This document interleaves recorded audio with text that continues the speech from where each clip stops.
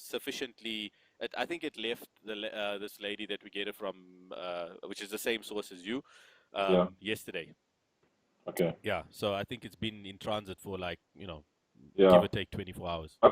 Like you're a newbie as well, so I wouldn't like really push it. Like I have done this. I sometimes do this multiple times throughout. Like this stuff stays in the fridge for a very long time. So and it keeps like you can order like a few liters now and only drink it in like 4 or 5 months time. No, because it's off already, right? No, it's not off. That's the funny thing. It's a common misconception, right? Yeah. It's alive. It's actually alive. Yes, exactly.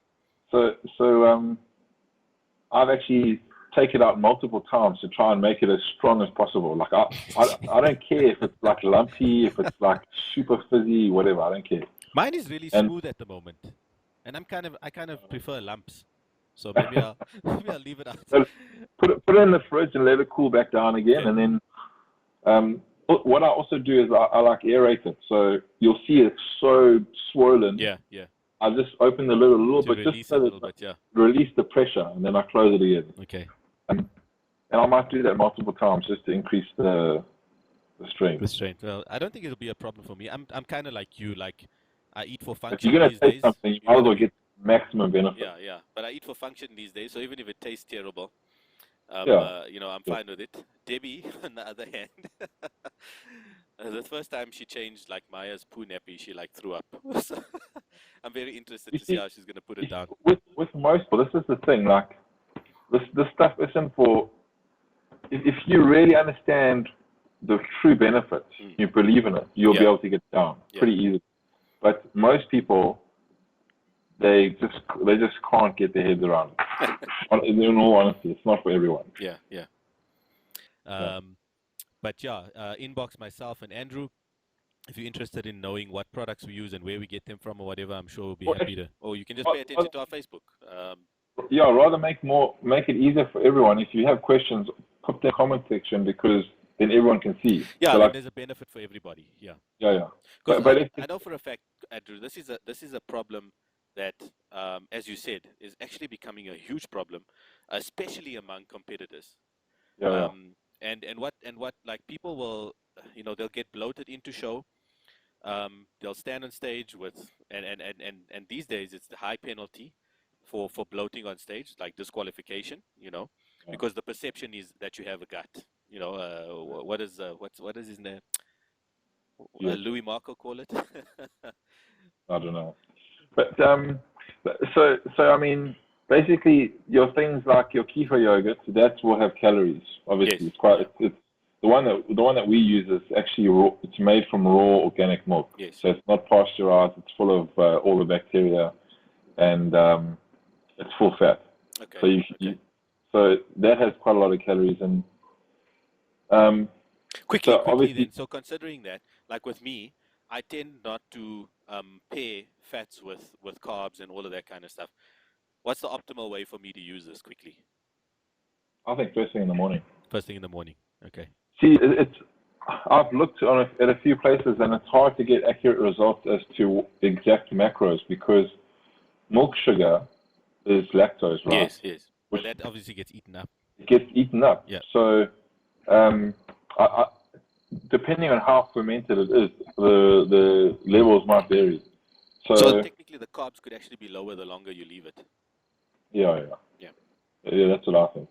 So I think it's best either first thing in the morning or last thing before bed. Okay. And preferably on like a pretty empty stomach. Okay.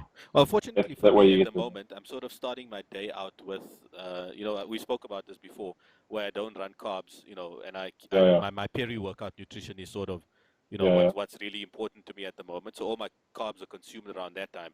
So so in the morning I'm not having carbs, in the night I'm not having carbs. So could I have it with those meals? Yeah, I would do it a little bit before, like 20, 30 minutes before those meals. Because you're sort of preparing the gut also for that food that's coming, kind of a thing. Yeah. Okay. So what I wanted to say was that these kind of the kefir yogurt is got calories. Okay. But basically, fermented beetroot juice, sauerkraut, those things you can have right through all the way up in your prep. Okay. know, because there's basically no calories. And things like you get kefir water and the kombucha, those things, they use sugar to feed the bacteria. Because I read the ingredients and I was like, oh, sugar, and like for me, like I'm very sugar averse, right? So but now so for me, those kind of things are more like treats, where like if you want to have something really nice and not if you don't want to drink like a grape tiger, the kefir water actually there's a pink one and there's a white one. Okay. And they actually taste very, very similar to grape cider. They're absolutely delicious. Really? But unbelievable. But again, like that, I consider that more a treat because there definitely is sugar in there. Okay. Again, like I don't know how much because the bacteria definitely does feed on it. But you never know how developed it is. Yeah. Okay. Cool. Well, good things to pay attention to if you're in different phases of prep. If you are an average human being and you're listening to this, and I hope that we actually have managed to reach a few, or if you're a competitor and you have people in your family, in my opinion, that you care about, tell them about fermented foods. Just do a little bit of research on it as well. To find out for yourself. I can tell you that it's certainly increasing my gut bacteria certainly works for me. We'll put it this way. I mean, 85% of your immune system is in your digestive system. Yes. It's in your in the bacteria there. Yeah. So that's for me. Like, if you want to avoid disease, if you just want to live a healthy life, never mind competing or like getting into ideal shape. If you just want to live healthy and disease free, this is like one of the number one things you can do to achieve that goal. And guess what, guys? It doesn't cost you a lot. My kefir yogurt. You're extremist like me. Yeah. Look, unless you're like crazy like Andrew. I do not have 3,000 rand to spend on fermented stuff, right? Although, people will go out and spend a lot of money every weekend on alcohol, which is fermented, in the wrong way, right? Or in the right way for some people. Chemically made. Yeah. But so consider that you are drinking fermented stuff. A lot of the stuff you can actually make at home. Like you can Google like how to make sauerkraut. It's actually so simple and so cheap. Like if money is really a factor, make it at home. It's really cheap. Yeah. So just educate yourself, guys. Just an example. If you take sauerkraut, if you want to make sauerkraut, all you do is shred some cabbage up, put it in a special little pot, put some salt on, close it, and leave it in a dark cupboard for a couple of weeks, and that's it. It's not like selling. Okay. Interesting. Excellent. This has been an enlightening conversation for myself. I hope it has been one for you, Andrew. Maybe I hope you've learned a few things. I have learned a few things from you, always. And we hope that this adds a lot of value to you guys out there. The competition season is coming fast. December is actually flying by. Before you know it, we're going to be, and in fact, if you are prepping for some of the earlier shows, I think there's Champions Arise on the IFBB Platinum League calendar, and then King Shaka on the 25th of March, which I will be down in Durban for.